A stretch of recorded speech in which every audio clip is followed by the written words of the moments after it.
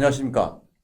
정광재입니다. 박사호입니다. 이번 방송은 중국의 소수민족 탄압 문제, 그 가운데 위구르 문제를 역사와 시사 위주로 설명드리겠습니다. 그리고 보편적 상식을 가지고 있는 국제사회가 이를 어떻게 바라보고 있는지를 말씀드리겠습니다. 위구르 지역은 지금 거대한 감옥이라고 불리우고 있습니다. 150만 명 이상을 수용하는 컨센트레이션 캠프가 운영되고 있습니다. 컨센트레이션 캠프라고 하면은 나치 히틀러가 운영한 유대인 수용시설을 의미하는데 국제사회가 이 용어를 사용하고 있습니다. 겉으로는 직업교육을 위한 재교육시설이라고 말을 하면서 서방세계 취재진의 접근을 막고 있습니다. 근데 거기서 멈추는 게 아니라 어린아이도 부모가 없을 때 몰래 납치해 타가소 명목으로 이제 수용소 데리고 가서 민족 동화 교육을 시키고 있습니다. 초감시 사회라는 중국의 테스팅 베드가 바로 신장 위구르 지역입니다. 전역에 상당히 많은 안면 인식 감시 카메라를 설치해 일거수일투족을 감시합니다. 거리를 지날 때 수없이 검문 검색을 받아야 하는 것은 물론이고 한족을 대거 이주시켜서 한족 남성과 위구르 여성들의 통혼까지 장려합니다. 식칼도 무력 봉기를 막는다는 이유로 바코드 등록을 해야 하고 설탕도 폭발물 제조에 쓰인다고 해서 일일이 허가를 받고 사야 한다고 합니다. 미국 같으면 동부, 중부, 서부 시간이 각각 1시간씩 차이가 나죠. 그러나 중국은 베이징이나 신장, 우르무치 지역은 동일한 시간대가 적용된다고 합니다. 네, 진시황 때부터 천하통일론에 따라 도량형과 글자를 통일한 것과 같은 맥락입니다. 예를 들면 베이징 시간으로 초저녁에 신장은 한밤중입니다. 그래서 호텔 같은 데서 현지인들이 잘 시간에 음악을 틀고 술을 마시도록 하고 있습니다. 현지인의 문화를 깡그리 무시하는 겁니다. 이 사람들은 투르크족입니다. 그래서 지금 무장 독립투쟁도 벌이고 있는데 그들이 세우고자 하는 국가명은 동투르키스탄입니다. 그들은 신장이라는 말을 사용하지 않습니다. 이 사람들이 가장 많이 망명하는 곳이 터키입니다. 그런데 이제 이것이 녹록지 않다고 합니다. 터키, 에르도안 총리가 친중 성향을 지닌 사람이라 그렇다고 하는데 지금 중국 편을 아주 많이 들고 있다고 합니다. 이를테면 중국의 인권 상황이 그리 나쁘지 않다라는 식으로 말을 하고 있습니다. 근데 위구르인들은 동남아로도 많이 망명을 하고 일본도 많이 갑니다. 전 세계 각국의 커뮤니티가 있습니다. 심지어는 예전에 관타나모 수용소에도 중국 국적자가 있었는데 그 사람들이 바로 위구르족입니다. 이 사람들 가운데 일부는 지리적으로 아프가니스탄 같은 데가 가까우니까 테러리스트도 간간히 있기는 했습니다. 신장하면 새로운 강력이라는 의미입니다. 청나라 때 복속되었다고 하는데 아마 걸륭제 때부터 계속 군사 정벌을 했다고 들었습니다. 네, 신장을 영어로 하면 뉴 테리토리입니다. 그래서 새롭게 청나라가 정벌한 영토라는 뜻인데요. 그 걸륭제, 방금 말씀하신 걸륭제 별명이 십전노인입니다. 십전 대보탕할 때 십전이라는 말을 맞습니다. 사용하는데요. 맞습니다. 10번 정벌을 해서 10번 다 성공했다는 의미인데 당시 위구르 지역은 준가르라고 불렸습니다.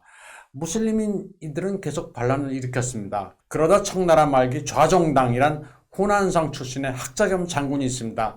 리홍장 증국번과 함께 정말 명신 중 한 사람인데 이 사람이 위구르 지역의 반란을 진압합니다. 보통 미주 지역 차이니스 레스토랑 가보면 제너럴 조 시킨이라는 닭고기 메뉴가 있는데 바로 여기서 얘기한 제너럴 조가 좌종당입니다. 그리고 나중에 모택동이 중화인민공화국을 건국한 뒤에는 왕전이라는 사람이 이곳을 탄압합니다. 굉장히 잔인했다고 하는데 그래서 위구르에서는 어린아이가 올 때 왕전이 온다 하면 애들이 울음을 굳혔다고 합니다. 우리나라 옛날에 호랑이 온다는 거와 똑같은. 네, 그렇습니다. 위구르 인종은 인종적으로 중국인과는 상당히 다릅니다. 여러분 한번 그 투르크인들이 중국어를 사용한다는 것 한번 상상해 보시면 굉장히 많이 어색하죠. 네, 아무래도 외국인이 중국어를 하는 것 같습니다. 상당히 어울리지가 않습니다. 중국은 소수민족 우대를 한다고 말로는 이야기하지만 결국 그렇지는 않습니다. 우선 취직이 잘 안 됩니다. 그래서 위구르인들이 베이징에서 가장 많이 종사하는 업종이 요식업입니다. 양꼬치 팔고 밀가루 빵 요리를 란이라고 그러죠. 그걸 팝니다. 베이징에 가보면 청진식당, 이슬람교는 옛날에 청진교라고 불렀죠. 청진식당이란 간판이 붙은 식당들 대부분이 위구르인들이 하는 겁니다. 그런데 그 예전부터 나온 네. 이야기이긴 합니다만은 중국의 그 장기 강제 적출, 즉 organ harvesting이 국제사회에서 큰 네. 문제가 되고 있습니다. 파랑우 신자를 비롯한 반치대 인사와 정치범은 물론이고 위구르인들을 상대로 장기 적출이 성행하고 있다고 하는데 네. 미국 또 호주 등 이 서방 세계가 인권 문제를 요즘 아주 심각하게 다루고 있습니다. 물론 이웃 일본도 마찬가지입니다.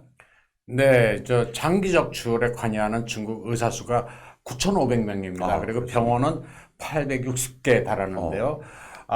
지난 11월 7일 일본 참의원 외교방위위원회에서는 자민당의 야마다 히로시 의원이 중국 위구르의 장기 적출을 강력하게 성토했습니다.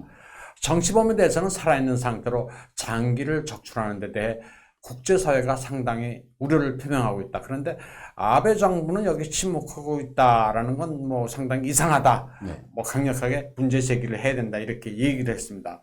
일본 국회의원들은 국제정세에 대해 아주 꼼꼼하게 공부를 합니다. 행정부 정책에 대해 입법부가 제대로 비판을 하다 보니 일본의 외교 정책은 그래서 피드백이 이루어집니다. 국제 정세가 어떻게 돌아가는지 까막눈인 한국의 국회의원들과는 판이하게 다릅니다. 일본은 가스미가 새끼라고 그러죠. 네. 뭐 맨하탄 금융가라고 하는 것처럼 가스미가 새끼 하면 관료사회를 의미하는 얘기인데 이 관료사회 자체가 전문가 그룹이고 싱크탱크입니다. 외교방위위원회에 나온 야마다 의원은 캐나다 전 주 유엔 대사인 데이빗 매터스에 져서 중국의 장기 수학 그리고 국가의 이식범죄, 국가에 의한 장기 수학이란 책을 들고 나왔습니다. 사실 한국 같으면 이런 책에 대해서 번역자도 구하기 어렵고 또 출판한다 할지라도 네. 팔리지 않을 책인데 일본에서는 이런 책이 출판이 되고 있습니다. 일본의 베스트셀러 그 판매 부수는 한국보다 뒤에 0이 하나 더 붙습니다. 일본의 인구수가 우리의 약 2배 반 정도인데 책은 10배 이상 팔리는 것으로 보여집니다. 네, 일본 사람들 평균적으로 우리보다 독서를 상당히 많이 합니다. 국회의원도 마찬가지고요. 정치인이든 기업이든 벤교카이라고 하죠. 스터디 그룹을 많이 합니다. 앞서 가스미가 새끼랑 관료 그룹이 싱크탱크다라는 말씀을 드렸는데 미국은 헤리티지 재단이나 랜드 연구소니 대규모 싱크탱크가 많은데 일본은 조금 다릅니다. 물론 연구재단도 있습니다만은 퇴직 관료나 언론인 학자의 기류가 상당합니다. 그래서 전직 외교관이 언론사에서 국제관계 논평도 많이 합니다. 일본 도쿄에서는 망명 위구르인들의 단중 시위도 종종 벌어지곤 합니다. 일본 경찰들은 중국인들의 방해 시위로부터 이들의 시위를 철저하게 보호해주고 있습니다. 위구르인들뿐만 아니라 도쿄에는 홍콩인, 티벳, 또 몽고인들이 머물면서 일본 정부에 대해서 중국에 압박을 가해달라고 요구하면서 그들의 주장을 주기적으로 발표합니다. 중국의 탄압을 받는 이런 망명 정부가 일본에서는 보호를 받고 있습니다. 자, 이들로부터 일본인들은 많은 정보를 취득하기도 합니다. 이들의 존재 자체가 일본 정부가 국제 외교에서 효과적으로 사용하는 카드가 되기도 합니다. 또 일본이 국제적으로 통용되는 보편적 가치관을 가지고 있다고 홍보하는 데 이용되기도 합니다. 네, 이는 일본의 세계 경영 방식인데 역사가 아주 깊습니다. 제 저서 메이지 유신을 이끈 카게무샤에는 오오쿠마 시게노부가 와세다에 온실을 지어놓고 세계 저명 인사들을 초빙해 어울렸다는 일화를 소개했습니다. 현재 일본처럼 오오쿠마 시게노부는 메이지 쇼와 시대에 이미 청나라의 캉유웨이나 국부 수노는 물론이고 베트남의 독립운동가 그리고 조선의 개화파 인사와도 교유했습니다. 오오쿠마뿐만 아니라 도야마 미츠루 같은 당대 일본 낭인들도 외국의 망명 인사들과 교류했습니다. 한국인은 지금도 조선시대를 살고 있습니다. 일반 국민과 대부분의 정치인은 물론 지식인을 자처하는 사람들도 세계가 어떻게 돌아가는지에 대해 눈과 귀를 닫고 있습니다. 저희 이승만 TV는 앞으로도 세계의 역사, 인문, 또 시사까지 아우르는 다양한 정보로 나라 밖에 대한 여러분들의 안목을 넓히는 데 노력하겠습니다. 오늘 방송은 여기까지 하겠습니다. 감사합니다.